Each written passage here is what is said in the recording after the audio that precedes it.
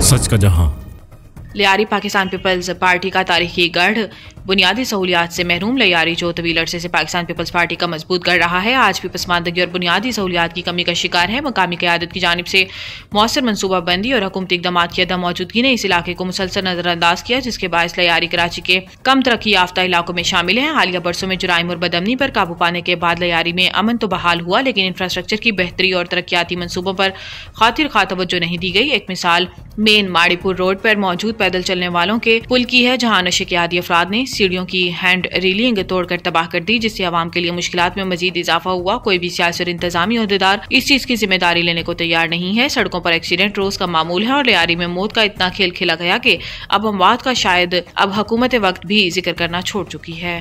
सीढ़ी की आप देख सकते हैं क्या हालात है, लेडीज यहाँ से आती जाती है। तो ये इस वक्त आप देख सकते हैं, ये हमारी बोर्ड बॉर्डर है और यहाँ पर इस सीढ़ी का हाल दिए देखिए, ये पत्थर कितने बड़े रखे हुए हैं।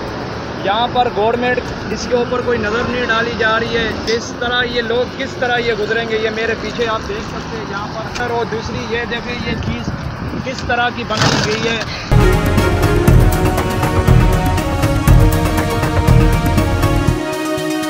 हमारा जहां, सच का जहां।